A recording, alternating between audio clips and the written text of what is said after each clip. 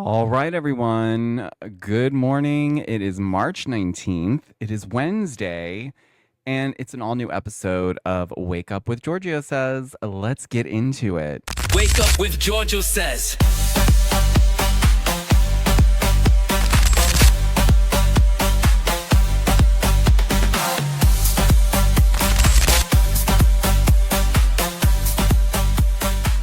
Wake up with Georgio Says.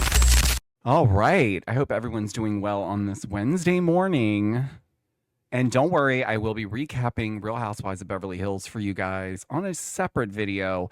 But obviously, we're here to discuss a multitude of topics. Look, there's not a lot going on outside of Blake Lively and Justin Baldoni, which, if I'm going to be honest with you guys, I give my hat to everyone out there that is diligently making this case their full-time job. I simply cannot, uh, nor will I keep up with every single detail of everything, but I am going to be watching and I will give you guys any big updates that come along. But it just seems like every day it's like some minute detail, which, yes, may be important in the long scheme of things. It just feels like it's all day, every headline, everything. It's a lot. But anyways, we're not here to talk about that because we need to talk about a couple things. So I find this first, it's not a story, but situation rather, where I always get intrigued when there's like big A-list celebrities who watch shows like Real Housewives. But more importantly, it seems that most of Hollywood, anyone that's a big Bravo Leb fan, watches Real Housewives of Beverly Hills. Ben Stiller is no different. Now, we already knew that Ben Stiller was a fan of Real Housewives of Beverly Hills. He's been on Watch What Happens Live. He's been on Radio Andy. He's discussed this in detail. But he was just on a late night talk show, and he was being asked about this. I think it was Stephen Colbert, and he didn't start watching from season 1. He said he actually didn't start watching Real Housewives of Beverly Hills until season 7 or 8. But that's the funny part about Housewives. A lot of people that I talk to that have never seen it, which is crazy to me at this stage of life, that there are still people out there that have not seen an episode of Real Housewives of Beverly Hills. I don't know if that's good for them or if that's bad for them. I'll let you guys debate. But it's interesting. There are quite a bit of people that have not seen this type of programming, even though they've heard of it. They may not have watched, but it's funny to see someone like Ben Stiller who will sit there and just very seriously be like, "Oh, you don't need to watch from season 1 to catch up. Like, you totally will get it." And he's so right. Like, if you watch, like, I have jumped in on seasons of Housewives that air abroad, so they don't air them here. So like a Hey You or something like that will have clips. But I've jumped in on like the Real Housewives of Melbourne and like a few other ones. And you know what? After a few episodes, you don't really need to start from the beginning with some of the women, because you can pick up what the issues are pretty quickly within an episode or two. So I totally agree. So I say that to say, if there's anyone out there that is on the fence, you've never watched Real Housewives, any franchise, okay? I would say just jump in. Jump in. Don't think about it too much. This is not Grey's Anatomy where it's like, it's season 362 and you've quite literally got to start at season 1 or you're not going to be able to understand the layers and the complexities of all the characters and their storylines. Housewives, Bravo television in general is not set up that way. So we might be on season 16 of a, particular franchise, but you could probably jump in outside of Real Housewives of New York. But any other franchise, for the most part, you'll understand what's happening. But I love seeing celebrities come out and say that they're fans of these shows, because it makes them feel more and more relatable. Like, they also sit in their mega mansions and tune into the latest episode of Real Housewives of Beverly Hills. Like, it gets me every time. It gets me every time. Okay, I have been refraining from talking about this, and I'm glad I don't really have to talk about it all too much. But a lot of you guys were sending me things, I think it was over the weekend, A lot of speculation because Salt Lake City has started to film season 6. Okay. And there was, I guess, a cast trip, or they had gone and done something. And people noticed that Meredith and Lisa Barlow were not there. And everyone started to get worried. Why is Lisa Barlow not there? I mean, they were worried about Meredith Marks too, but more importantly, where's Lisa Barlow? Is she not? So then it was like, it started from where is she to then, is she not on Housewives anymore? Then people were screenshotting her Instagram bio and sending it to me, and it was like, oh my God, what's going on? What's going on? First of all, me and Lisa Barlow are friendly, but we're not on the text messaging like that. So like a lot of you are like, can you just ask her? And it's like, well, even if there was negotiations still happening, which at this point, I believe that's what was maybe holding things up. Okay. She's been spotted filming. Okay. She was spotted with John Barlow a day or two ago. So she's back. Everyone can calm their nerves. Listen, I was there with you guys. I was biting my nails, reading your DMs and the posts you guys were trying to share with me to try to make me connect these dots that I was not going to connect, because I was not going to sit here and believe that our baby gorgeous was not going to come back. There's no way. First of all, the things that she's done for this network, she is the quintessential housewife, okay? There would be no Salt Lake without Lisa Barlow. Let me just put that out there. And I'm sure a lot of you guys are going to go grab that and use that against me on the next season, on season 6, when I recap it. I'm sure you guys will use this moment to throw in my face. But I assure you, I am not on anyone's payroll over here, except, is it my own payroll? I don't know. Anyways, I work for myself. So there you have it, folks. Lisa Barlow's back. Meredith Marks is back. The ladies are back. And you know it's going to be a good season. I've already gone down the rabbit hole discussing this. These ladies know how to bring it. Every scene that they show up to, no one is clocked out. And so I hope that they continue with this. And I'm interested to see if they will bring in anybody new. But listen, the way they have it now, it seems pretty good to me. Just saying. But let's go ahead and talk about the audacity. Listen, I'm not sure what's going on with Potomac. I know that they have paused on starting to pick up cameras for season 10, which leads me to think that they are trying to buy a little bit of time to get the pieces on the board correct. Okay. So me thinksy hats went on because Bryce Sanders, shout out to Bryce Sanders, he's a friend to the Georgio Says podcast. He had Candace Dillard on recently, like a few days ago, and it was a full interview. Now, she's promoting new music. She has a new single out, so that's fine. She also had a baby. We know this. And we know Potomac has ended. So we also know Karen Huger is currently incarcerated and will be serving up to a year in jail for her DUI, her 4th DUI, I should say. And, you know, I even said, and a lot of you guys are still upset with me, but I was like, I think Candace should come back. I think she should. I think this would be a great time. She's had a baby. She's a mother now. I think things would just be different. And she was on Bryce Sanders, and obviously he asked her this question, would she come back? She didn't say no. And what it sounded like to me was she would need to have some things on the table outside of obviously the money factor, which, you know, obviously she should get paid a nice, as she said on the interview, a nasty coin. I'm going to start using that. But it sounded like to me that she's very open to returning if the elements are right, which, to be fair, you know, she's had her run on the show, and I'm sure she's had a nice break being able to stay out of all of that mess. But, you know, I do think she is a good piece to the Potomac puzzle. Okay. So I know a lot of you guys probably don't want that to happen, But I do.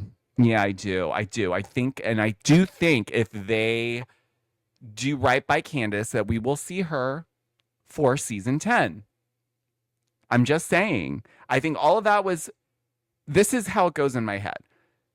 Candace went on Bryce Sanders to test if that would even be something of interest, right? Obviously, people are going to be back and forth about this, but I think for the most part, people would like to see her come back. So I think we could be dealing with the fact that they're pausing on season 10, not like a long pause. I think they're just trying to make sure they've got the right players. And maybe perhaps they need a little bit more time since Karen's not going to be filming this next season. They have a chunk of change they could use. So why not throw some over at Candace and give her the nasty coin that she's asking for, and let's get her back on in the mix. I think it's a brilliant idea. And does anyone not see the synchronicity in that? Like, we just had Wendy and Gizelle makeup. What if season 10 is a season we see Gizelle and Candace makeup? Like, there's so much evolving here with the story. So that leads me to think, when I get into the fact that, you know, what I'm going to discuss now, which is Mia, and let's be clear, Mia and Ink never broke up, okay? She's been with him. She was just on his podcast, and she was talking a bunch of smack. And I actually think that's going to be, I think that's going to hurt her in the end. If she's thinking of coming back to this show, I think the way she spoke about Gizelle on Ink's podcast, I think is going to get used against her, and I think she's going to shoot herself in the foot. And I'm going to be crystal clear here. I don't want Mia to come back. I don't. I think she's a bunch of BS. I think she spins some truth and inflates the rest. And so there may be some needles in the haystack of truth when it comes to Mia's stuff, but most of it's fluff and overinflation. And I don't care what you guys have to say out there. I know a lot of you guys love Mia. That's great for you. If you like it, I love it. For me, I just don't think she brings anything real to this franchise. And I think that there's other players that could do a lot better. Candace Dillard. Just saying. I'm just saying. But the things I'm referring to are when Mia was just recently with Ink. Shocker.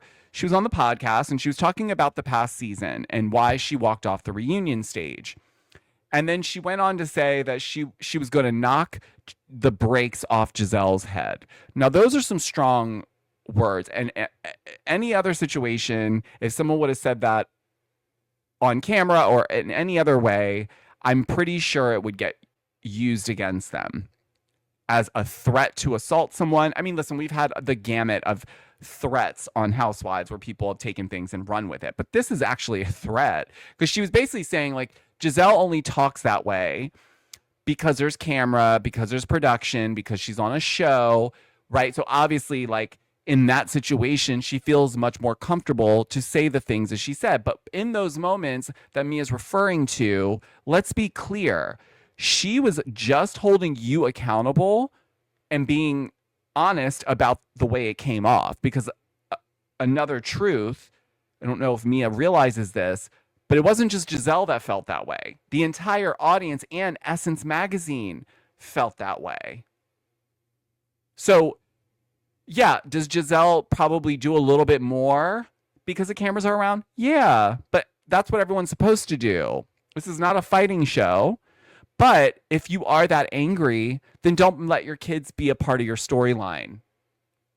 Because you made them your story. Like, you brought them in. And so if you're going to do that, then the other women have to have an opinion about that. And listen, I don't like talking. And this is the thing with me, and you guys that have been listening to me from the get-go, you know, I don't even discuss the scenes involving children on these shows because they're not a part of the show. That's not why we watch necessarily. They're the backdrop. They add the layers to the story of said housewife, but they should never be the storyline if they're kids. So I don't know. I don't know if Mia's going to come back. I don't know if she actually cares. I do know that she tweeted or wrote recently that she loves Atlanta a lot more. And listen, I get it. I'm in the DC area. It is dry. It is so much. It's not the same. The restaurant scene is different here. I know I'm sounding like I'm shitting on DC, but it is. It's not vibrant. The energy is just it's. So I understand when she says she prefers Atlanta because yeah, the vibes are vibing down there. You've got fashion, you've got art, you've got music, you've got movies, you've got restaurants, the bars, the lounges, the vibes, everything. So I get it, but I don't think that that means that she should get a peach. I don't know how actually Mia would do on Atlanta Housewives. Honestly, like I try to think about like, maybe she would be good on there.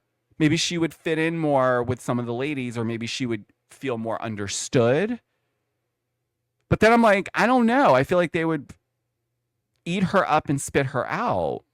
I don't know. I'm not seeing that happen. But you never know. I'm just saying it's not a good look for her to be sitting on a podcast with the guy that she just sat on the reunion stage and said that she broke up with because all of this, and this meaning the show, the platform, was just too much on them and him, and it wasn't a good look for him. But now you're on his podcast talking about how you would have knocked the brakes off of Giselle's head. Like it's just next. I'm done with that. Uh but I will close on this because I've been debating on whether or not I want to say this, and I'm not going to say it so much in the recap because I will do an episode of the podcast covering the episode from last night. But I have to say, we have really stretched the same two things for this current season of Beverly Hills, and I'm concerned. Like I'm really concerned because I feel like we're floating. And listen, use Kathy Hilton as a barometer. If she is barely engaging, if she looks bored, that should tell you what's happening. That it's Sutton versus Dorit the entire season. It's Garcelle again this season asking Kyle about Morgan, talking about Mo. We don't have anything. We have Erica being the voice of reason and still being kind of upset about the way she was treated when her and Tom's situation was happening and exploding in her face. I mean, it really does feel, outside of Bose, because I would say she's a fantastic addition. I don't know how we're going to keep moving forward with this. And I'm going to say this. A lot of you guys, I know. I don't know why I have to keep reiterating this. I do not hate Kyle. I do not hate Kyle. I do not hate Kyle. I hope that is, I know it seems like I do, and I give her a lot more shit, but I've said this before. The reason why I do is because I expect more out of her. She is the OG of OGs. She quite literally started this show, really. So I am going to give her a lot more crap because at this stage of the game, she's playing in all of our faces. And I'll give it to her. Sometimes I buy it. Sometimes I get sucked in, man, and I'm like, I'm right there with her. But at the end of the day, it's, to me, it smells like bullshit. She and the ladies know. They know. I brought this up too because they kind of dig into that a little bit on this last episode about how Morgan's like, me going to the gas station is entertainment. It's like, well, sweetheart, give me a break.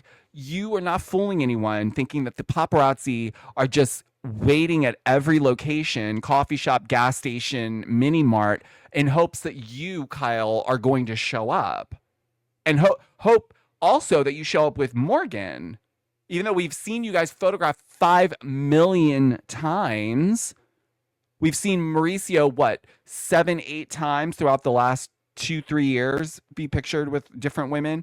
Kyle, it's all day, every day, Morgan. We're going to breakfast. We're going to get coffee. We're going to go to Morgan's concert. Well, by the way, what happened to Morgan Wade's documentary that Kyle was producing? Did that just kaput? Anyways, I'm not saying Kyle needs to go. All I'm saying is that we've got to shift the board a little bit because there's got to be something else. Okay. I'm not saying Dorit didn't bring it, but she was kind of up against the wall. And now I think she's so used to just going off the rails this entire season that it's going to be a disaster. And I heard that the reunion was a disaster, not in a bad way, but like in an unexpected way. But I don't know. I'm starting to be like, and you know what? I love Garcelle and I love Sutton. I love their friendship. I've talked about that from the get-go. But I am starting to see through a little bit of the like, they get to come in and ask the heavy hitting questions that they get off of Twitter, X, whatever. And now that they're getting shut down, like Garcelle, who's not going to be able to get the answers, it's like, I do agree. Why don't we dig in more onto what's happening with Garcelle's life? But maybe there isn't anything going on. So that is her role, is to play producer on the cast by asking the questions that no one else is necessarily comfortable asking. I just think that the combination of that and her being super close with Sutton, you know, it makes me think like, okay, what's next? Because this season's pretty much a wrap, you know, where this was what, episode 16. So we'll see. I'm just saying I will do a full breakdown once I've seen the reunion and I can give a full assessment. But as of right now, I'm gonna be honest, I'm concerned. This is a huge franchise for the network, and so we can't let this show start sliding because women are too comfortable, or they don't want to bring whatever is really happening in their lives to the table, or they want to tailor things in the media so that they do have a storyline, whatever the case is. But that's all I've got to say about those things this morning. But listen, I really thank you guys for waking up with me this morning. Let me know your thoughts on all the topics I discussed down below, whether you're watching on YouTube or you're listening on the podcast.